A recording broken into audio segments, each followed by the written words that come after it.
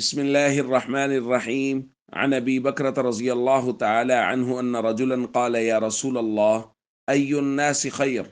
قال من طال عمره وحسن عمله رواہ ترمذی۔ ابو بکرہ رضی اللہ تعالیٰ عنہ بیان فرماتے ہیں کہ ایک آدمی نے نبی کریم صلی اللہ علیہ وسلم سے پوچھا یا رسول اللہ، لوگوں میں سے سب سے بہترین لوگ کون ہیں؟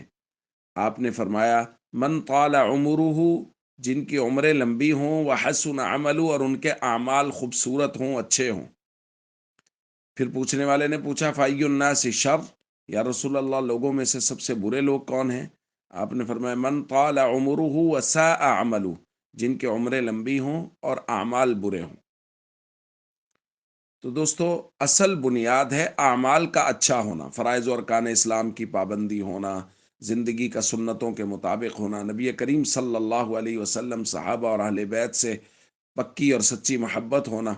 تو اعمال کی پختگی اور اعمال کی خوبصورتی، اور خوبصورت اعمال یاد رکھیے وہی ہیں جن کی نسبت نبی کریم صلی اللہ علیہ وسلم کی طرف ہے۔